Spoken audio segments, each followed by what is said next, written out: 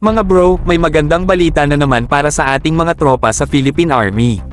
Ang Japan Ground Self-Defense Force, JGSDF, ay nag-commit na magbigay ng ilang Japanese-made UH-1J utility helicopters para palakasin ang disaster response capabilities ng Army Aviation Regiment. Hindi lang ito simpleng donation, ito ay isang malaking hakbang sa pagpapalakas ng ating kakayahan na tumugon sa mga emergencies at calamities. Ang donation ng UH-1J aircraft ay inaasahang darating sa mga susunod na buwan o maaaring sa susunod na taon. Sa oras na dumating ang mga ito, siguradong magiging game changer ang mga helicopter na ito para sa ating Army Aviation Regiment. Hindi na tayo kakapusan sa kakayahan na magbigay ng agarang tulong sa mga lugar na tinamaan ng sakuna, lalo na sa mga remote areas na hirap abutin ng mga ground vehicles.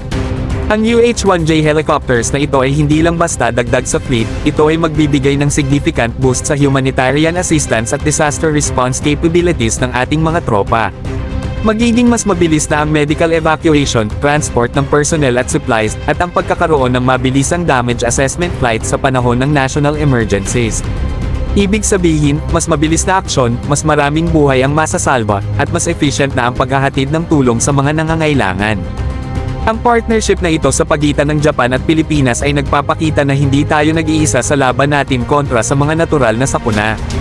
Ang Japan, na isa ring bansa na madalas tamaan ng malalakas na kalamidad, ay kinikilala ang kahalagahan ng mabilis at maayos na disaster response. Ang pag-alalay nila sa atin ay isang patunay na ang ating relasyon ay hindi lang pang-militar kundi pang-humanitarian din.